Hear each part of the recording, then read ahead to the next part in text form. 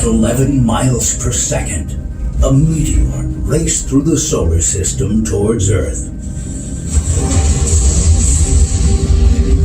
Immense shockwaves were created as it approached from the east.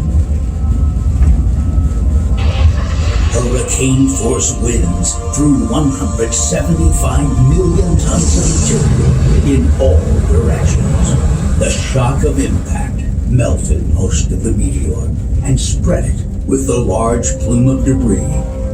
It took just 10 seconds and Meteor Crater was formed.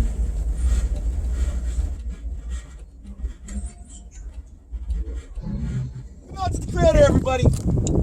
Now, first and foremost, and one of the most important questions I have for y'all today, did everybody here get a chance to see the fragment sitting inside? Okay. You'd actually be surprised how many people tell me no. Now, that is the real Holstein meteorite fragment. That is not a calcium replica. That is the largest piece we've ever found so far. It weighs in at 1,406 pounds. 92% iron, 7% nickel, 1% being found to be between 80 and 82 different trace elements all known to Earth. Because if we were ever to find an element not known to Earth, they'd never tell us about it. Like high stuff like that. But for our research team here at the crater, it wasn't enough. We had to dive into that 1% a little bit more, see what we could find. Now, so far, we have been able to find the majority of that 1% was another type of metal called cobalt. We have also found industrial diamonds, black diamonds, and very small traces of uridium, tritium, and uranium has been detected. Now, no major radiation's ever been found. This is always good news, especially for me, because I do touch that fragment every day. I haven't started glowing, at least not just yet. Now, that being the largest piece found, the original meteorite in full form would have actually been 150 feet in length, 150 feet in diameter. Now, to give you all a little visual of what that would look like, 150 feet in length is from wall to wall the size of our museum that stands right here on the edge of the crater. It was built to scale when it comes to the length. 150 in diameter is half the size of our RV parking lot down at the bottom.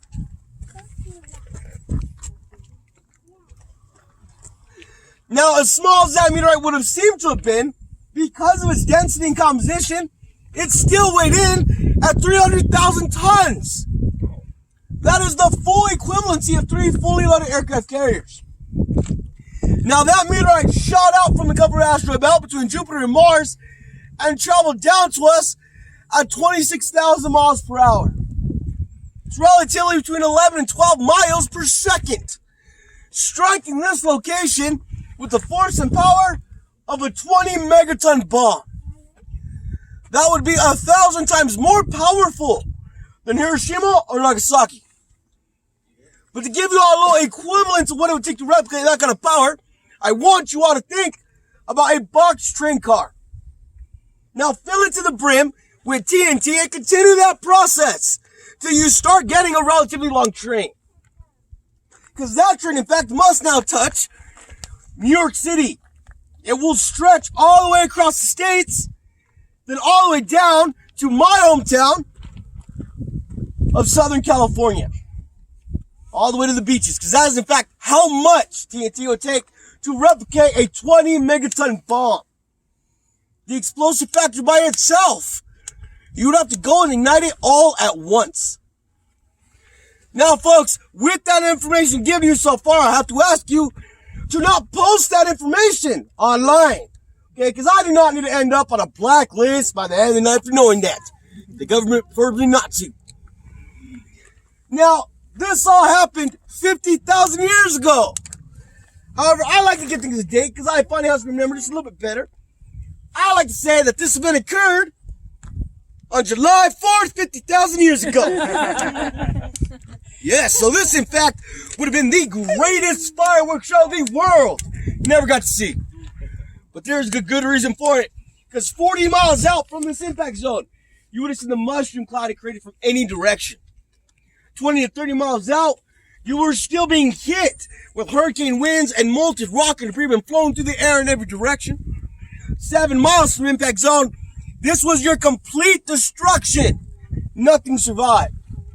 And that would be 2 miles past the 40 in every direction. But luckily for us, humans didn't occupy this continent just yet. We're on the way. It was only larger mammals from that time period. This is giant ground sloths, mammoths, mastodons, camel and bison, and some big cats. How do we in fact pay that price? Because 50,000 years ago, we're in fact not even a desert yet. This entire region you see before today would have actually still been a marshland. Means plenty of greenery, some water around us at the time. Now, total affected region when it came to habitat being affected would have only been around 130 miles in every direction. And because how low that number was, this was later on considered to be a localized event because of how much it did not affect. Now, the aftershocks of the initial impact alone would have still been felt up to 800 miles in every direction. Now, the reasoning for the aftershock spreading a lot more than it should have is, ironically, when that meteorite came down and struck, it just happened to land on 2 intersecting fault lines that lie here. It gave us 4 corners here at the crater, so this is literally a squared circle. And I can show you those fault lines today. Fault line 1, back left side of the crater going all the way to the front right, giving us corners 1 and 2. Fault line 2, back right side of the crater, going all the way under our building, corners 3 and 4. Now, the fault line that goes under our building is not the one that actually concerns us the most. The one that always concerns us is the first fault line that completely crosses over. Reason being, that fault line goes all the way through, and for our added bonus here at the crater, it just happens to connect to the San Andreas fault line in California. So for any reason, San Francisco, Los Angeles decide to have another massive quake, it'll take a few moments, but we will feel it here at the crater. My hope and goal is that I am off that day. That's the catch there. Alright folks, I'm going to give you a few minutes, take your last minute photos here. We're going to head further out, everybody. Our highest, back right hand side, 6,200 feet in elevation. Now, this crater was first recorded to be found in 1870 by a man named Franklin Benning. Franklin Benning was actually a scout in the U.S. cavalry at the time, under a very esteemed general, well, at least back then, by the name of General Custer. You might have heard of him. Now, Franklin Benning's mission was simple. He was told to come out here, scout the territory, and find a place to build what we now know as the Southern Pacific Railroad. However, back then it was still called the Atlantic Pacific Railroad. Upon scouting this beautiful territory, instead of finding a place to build it, he in fact found the crater instead. Now, when he went back to report his finding to the general, unfortunately for him, the general did not believe him. He actually thought that Franklin Benning was delusional, and with that he was hallucinating, spending way too much time under a hot desert sun. Because in General Custer's mind, there was no way. There was a gigantic hole in the middle of the desert. Because of this fact, he never sent anybody out to even investigate if this place truly existed. Instead, he decided to put an X on the map and it remained so for the next 20 years. He also then decided to label this crater and he gave it his very first name. He decided to call it Franklin's Hole. It is so purely out of water, just to get one. I bet you cussed out loud now this track record as Sitting Bull. That also means open to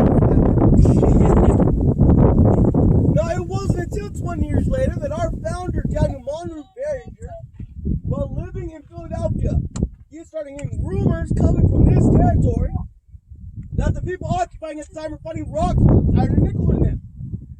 Now, Daniel Barringer was already a very successful silver and gold mining engineer at the time, and a well-established geologist in his job. He, in fact, believed they had found one of two things. Either they found another iron deposit, or they might have just found a meteor impact zone.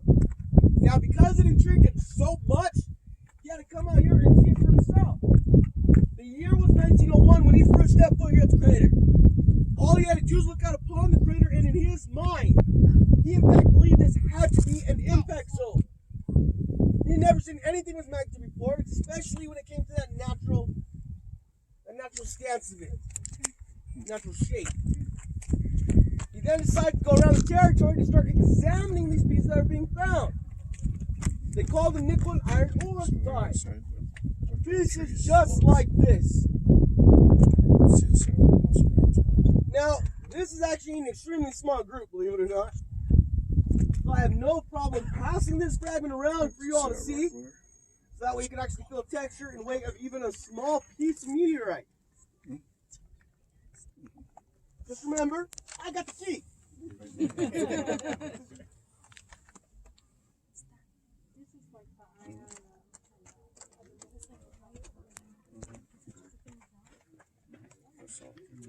Now, upon examining these fragments, he realized they didn't match any of the natural sediments around. And when it came to any of the other stones, they were a lot heavier. He believed that these pieces were, in fact, from space, but he could never prove that on his own. So he decided to reach out. Do you want me to hold it for you? So what he did was take a few of these fragments, encase them, wrote a whole letter out, and then shipped them off to the USGS, the United States Geological Survey. So that way they would come out here to do their tests to possibly help verify his theory. Unfortunately, at that time, both the USGS and Daniel Barringer were actually first under the impression that whatever created this crater had to in fact be the exact same size as the crater. It would still be intact in one gigantic piece, and it would still be buried under the ground somewhere. That is what they first believed. Now, what actually happened is when that meteorite came down at an 80-degree angle, almost straight down from the east, on impact, 80% of that meteorite was disintegrating. The rest of it was getting ejected out of the crater for around 30 miles in every direction. Now, some of these pieces left behind are extremely small. They'll be microscopic, size of a grain of sand, or on a great lucky day, I'm talking once every 7 months if I'm still lucky enough, I might find another piece like the one going around. These pieces do completely cover the entire outside of our crater and all the shining rims. Some of them are even under our feet right now. And because of how much iron they contain, it also loves to turn us here at the crater into a massive lightning rod. Especially during our monsoon season. Oh, by the way, let me be the first to welcome each and every one of you here to monsoon season. For those of you who've been staying locally, you see what I mean? That's why when these clouds start picking up here, that's why I'm happy I don't have that piece on me right now. Now, to give you a little glimpse of how bad that lightning does get here, all you have to do is look down to the potholes you are standing in or around. These are all strikes just from this season and last season alone. Welcome to our crater. That is why our building's roof is wrapped in industrial lightning rods. Grounding wires are around the building. It is extremely common that we are struck by lightning here. A little too common to be my fault. However, there is only one positive feedback from that lightning. Is that because I work here with a fragment in my pocket, I am the closest one to become the Flash next. And it is for a very selfish reason. Just to run back to Cali, grab real food, then come back. That's all I want. Now, when the USGS came out to do their test, instead of coming out and testing anywhere around the crater, or even trying to check the rims, all they did was shoot the bottom. That is where they believe that gigantic meteorite was located. So of course, all their tests failed. And instead of being classified as a meteorite impact zone, the crater was actually first classified as a volcanic steam vent. The only problem with their classification, they never found any volcanic evidence anywhere inside or even around the crater. But the reason for it was from 1890 to around 1910. The scientific community at that time had debated quite often about how all craters are formed. The majority truly believe they're all volcanically formed. And since we do have Sunset Volcanic Crater right over here north of Flagstaff, because how close it is to us, they just wanted to assume this had to be another volcanic crater. But they still couldn't prove it. Now, Daniel Barringer was known to be a very stubborn gentleman. He didn't like their answer. He still believes a meteorite impact zone, and that gigantic meteorite would be buried under the ground somewhere. So he finally came to the conclusion, or solution, to take all the results packaged and data collected from the classified as a volcanic crater, opened a window in his office, and then he threw it all out of it. Because he decided he would come up with his own plan. His original plan, very simple. He wanted to start mining for the meteorite. Because he wanted to find it, take all the iron from it, so that he could sell that iron off to the railroad that was still being built at the time, for of course a massive profit. Always what it comes back to. Yeah. Now, if he would actually have succeeded in that venture of his, I truly believe he would have made Bill Gates look like a 99-cent store. Okay, he'd been a very wealthy gentleman. But he had to take his first step, and that was just to purchase the mining rights for this crater. He was able to do so in 1902 for around $15,000 from an old hunting buddy of his by the name of Teddy Roosevelt, which means no red tape for Mr. Barringer. So we started mining right away with this crew in 1903. One of their first shots ever dug is almost straight down, covered by that lovely white sediment down there. That mine shaft is 15 feet by 15 feet. And white sediment strong, that is called silica or silica sand. Extremely fine mineral, looks like gypsum powder. But it is still crystallized inside and out. It also doesn't retain heat. It'll stay cold year round no matter how hot it gets. And standing next to that mine shaft is all the remains of the equipment that they use down there. That is a 14 by 14 cast iron steam boiler. It connects to the cast iron which next to it. This is how they were able to get their main materials in and out of that mine shaft where they went. Unfortunately, when they hit 263 feet down, they accidentally popped the water table, flooding the bottom of this crater for nearly 4 months. They said the water depth was around 20 to 22 feet. However, for that first crew down there, the fun wasn't over just yet. Because once that lovely silica sand down there started mixing in with the water, because how dense silica sand truly is, it in fact did create quicksand all along the flooding areas, causing that team to have to evacuate the bottom, having to start another shaft on the back left side rim. So that light brown circle you all see down there, that is all the discoloration that is left after the flooding. Now they mined here for 25 years.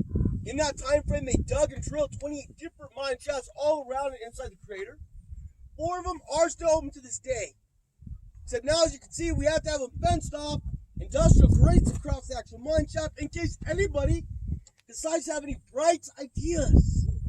They already had to happen too many times. Let me explain. Last time that event occurred when it got really bad was 2006, when a gentleman decided to come after hours to the crater, jumped our fence, and then he made his way down to the bottom. He actually made it to the bottom unharmed. So we were extremely impressed. Because here at the crater, especially at night, it is so pitch black dark, you cannot see your own hand in front of your face. So my conclusion was he must have had some kind of lighting with him.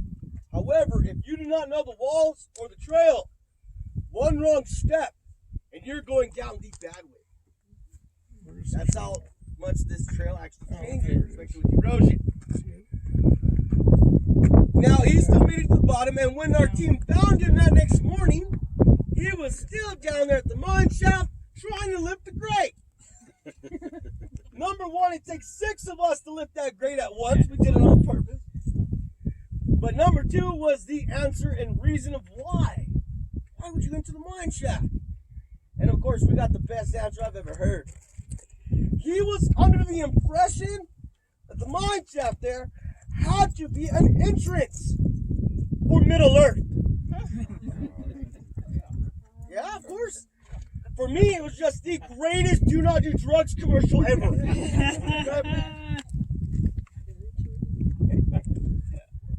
Now, he did trespass on federal land, because this is federally protected. They're not federally owned, though. However, our team did not help the situation. They told him, don't worry, you're at the wrong place. We know where it is. What they failed to tell him is it was connected to that federal penitentiary down the block. Bad day. Now, after 25 years of mining at the crater, nothing was ever found inside of it because they were always looking in the wrong place. One of the only pieces of significance, one of 14 ever found, would have still been that Holsinger meteorite fragments inside. That piece alone was found in 1908 by Samuel Holsinger. So you find it, you name it. Which is why I look for a bigger piece every day. Yes. Now that fragment was also located 2.5 miles northwest of the edge of Canyon Diablo. The exit for that is now called Two Guns. So I think 5-10 minute drive from here towards Flag. Really depending on how much truckers are in front of you. On a 2-lane highway. Now, Samuel Holsinger actually had a few jobs here at the crater. He was one of the foremen for the mining operation. He was also in charge of the mail route. He just happened to be on his way back from Flagstaff to bring mail and materials here to his guys at the crater. When he came across something shiny, kind of sticking out of the ground after a nice rain had fallen. But for some reason, he just thought he was going to walk right up to it, pick it up, dust it off, then put it in his saddlebag on his horse. So he could then ride it back onto the crater and show everybody we had found. Well, like I previously mentioned, folks, that piece alone is truly 1,406 pounds. But I still would have loved to see him try. I mean, I tried lifting it myself. I failed miserably.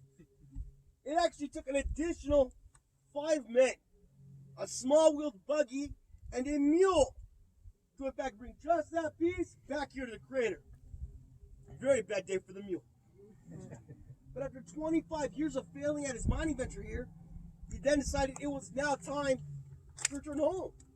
But unfortunately, he had now bankrupted himself by spending $7 million of his family's wealth between the years of 1902 and 1920. Now today, due to our lovely inflation now, would have been worth a little over $100 million. The only thing he ever got to go home with was only the deed to this crater and 2 miles surrounding it. And that is only thanks to the Homestead Act. Now, the Homestead Act was signed back in 1863 by former President Lincoln and stated, if you registered a piece of land you wish to occupy for around $30 at the time, as long as you maintained it and cultivated it, made it your home for around 5 to 10 years, that land then became yours. That was the only way he ever got the deed for this crater and the 2 miles surrounding it.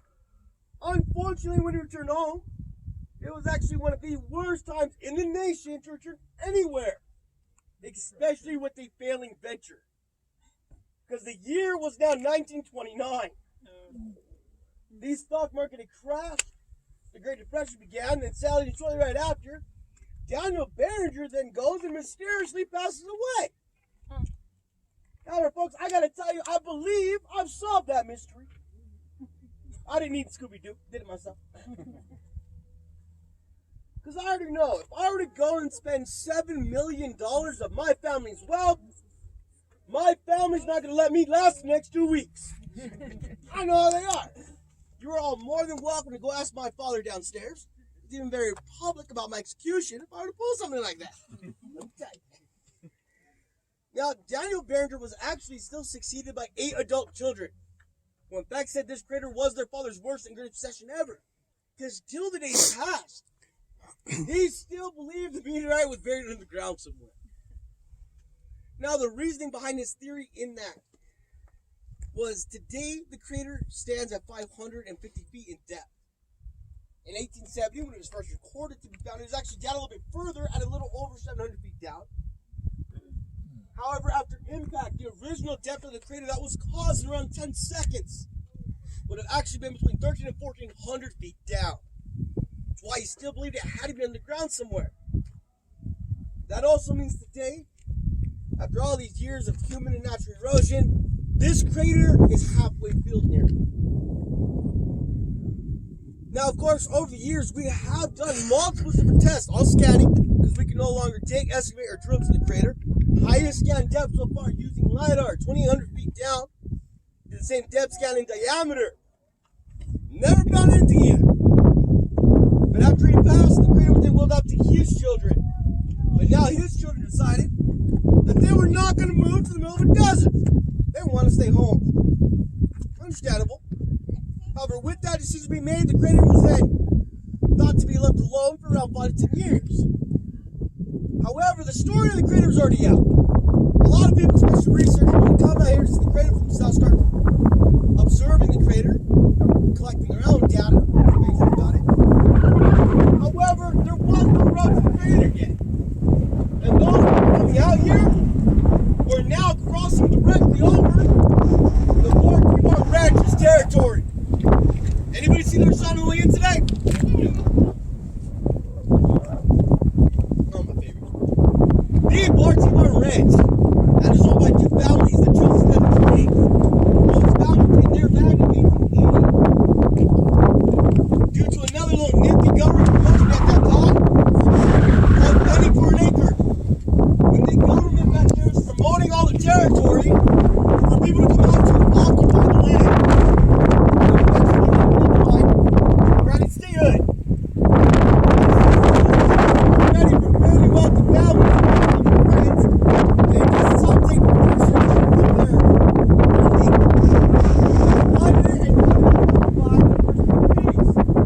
So they bought 326,000 acres for a penny apiece.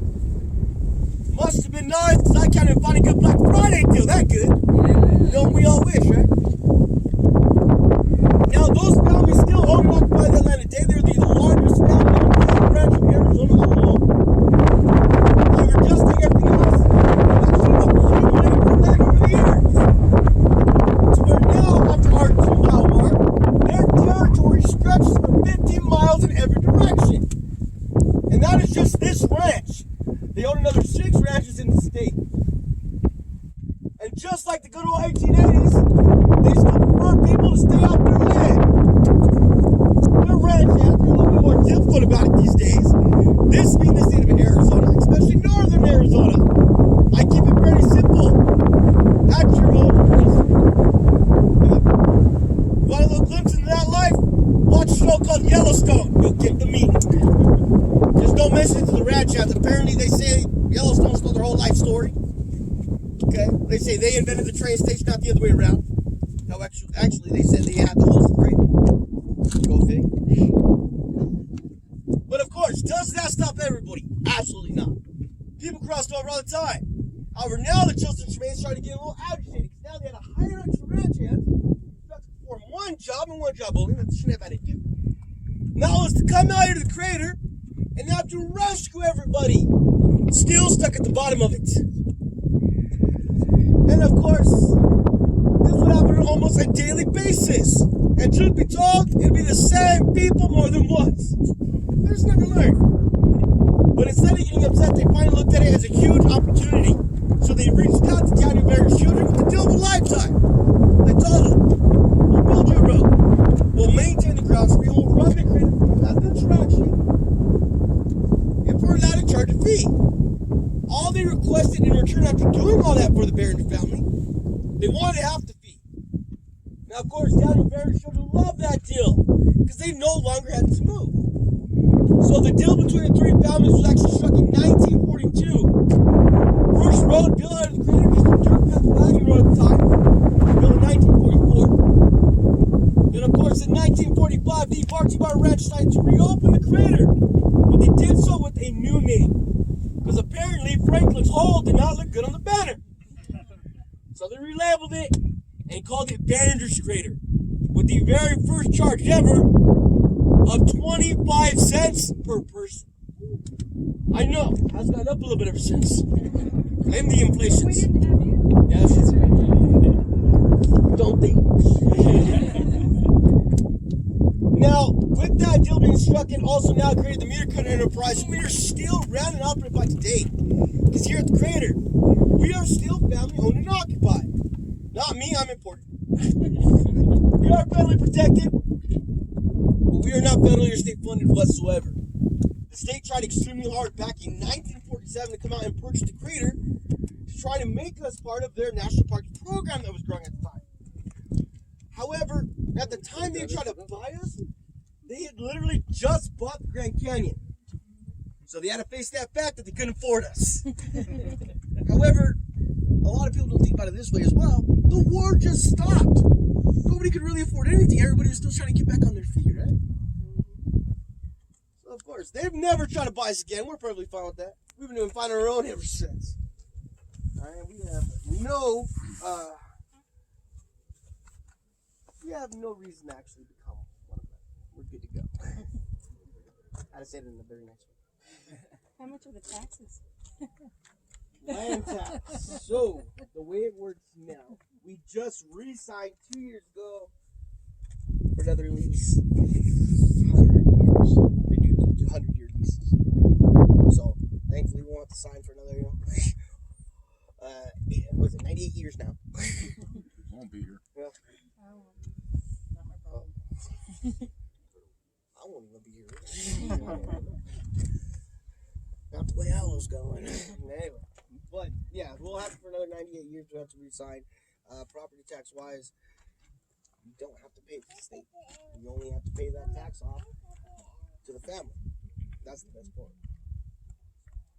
There was a time, and I will tell you all this now, so that way there's no confusion of it. Late 60s to early 70s, the state tried to come out and do a eminent domain. Yeah, we knew that was coming. They knew. They showed up with their suit from the feds in his little paperwork and 50 U.S. Rangers. Awesome. Both the owners showed up. The Barringer Crater, which was the grandson at the time, and then the owner of the ranch. The Barringer owner showed up with 200 employees, and the ranch showed up with 800 ranch hands. And we said, you're more than welcome to test that assumption on your earliest convenience. And then I just went. However, it didn't become an issue as a standoff. And this is why. The Bartiba Ranch employs a high number of Native Americans from the tribes. And the last thing they needed, especially in the late 60s, early 70s, was a bunch of U.S. Rangers shooting down Native Americans from the tribe. Because at that time, they were already in the courts fighting over different rights and properties. Yeah. So that is what they said. If it would have happened, in retrospect, it would have been 10 times as bad as Waco. So they backed off. They never tried to pull something like that again. Doesn't mean we're not ready.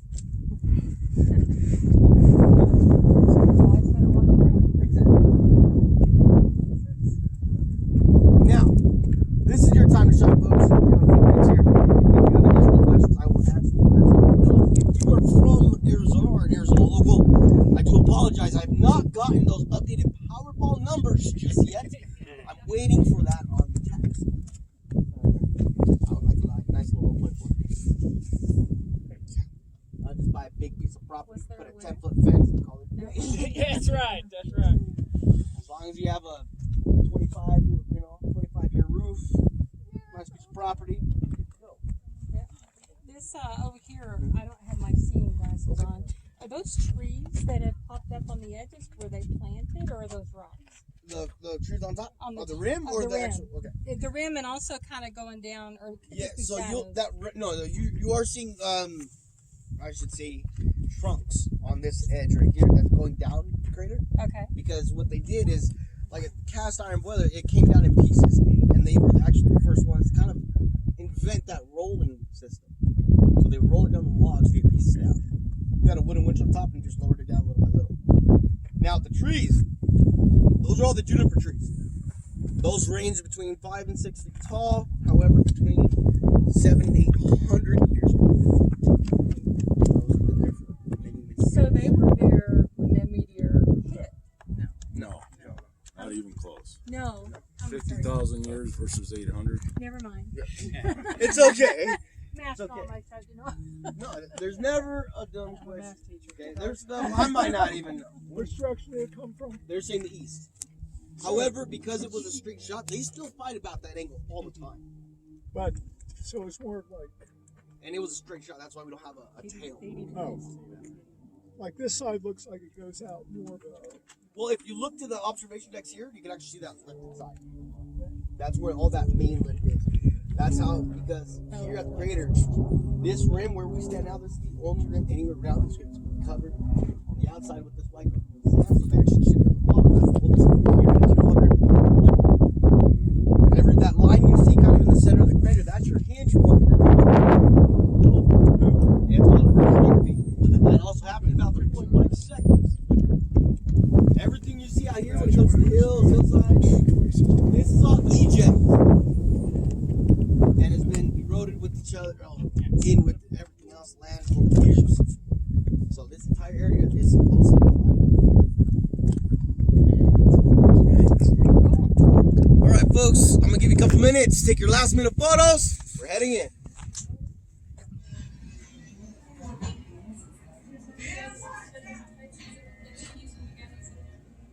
As the meteor passed through the atmosphere, it exploded, creating a flash of light brighter than the sun and a shockwave. It took nearly 3 minutes after the flash for the shockwave to be felt. The shockwave damaged buildings and windows and resulted in more than 14 others injuries. If humanity does not want to go the way of the dinosaurs, we need to study them like this. Professor in Earth and Planet.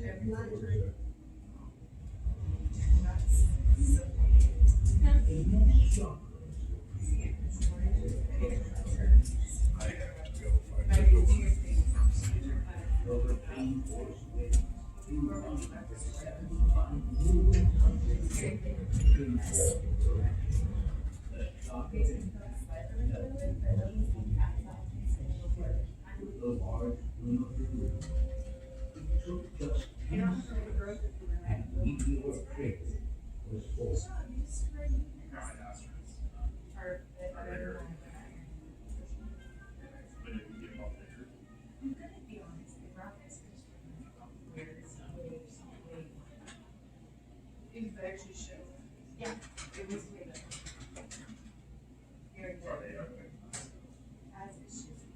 See, way better graphics. I kind of want to see what it's like when you okay, so because someone else can not destroy it, but yeah, they're to destroy it, right?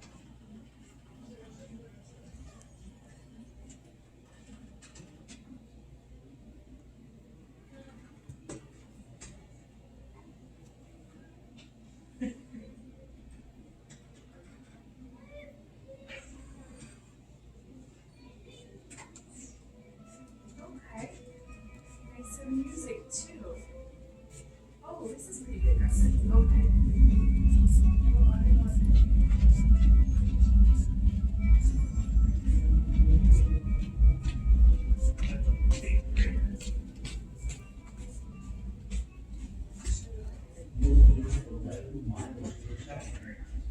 Well, I just read your photos.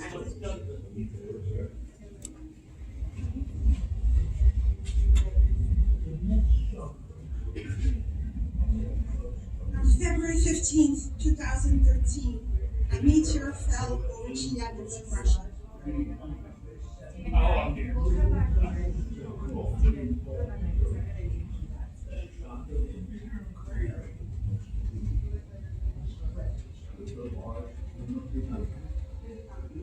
Just 10 seconds, and Meteor Crater was formed.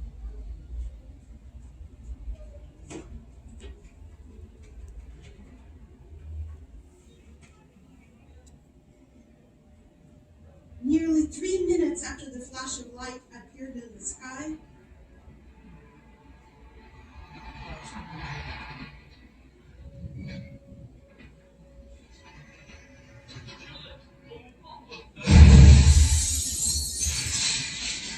a shockwave. So that was the original.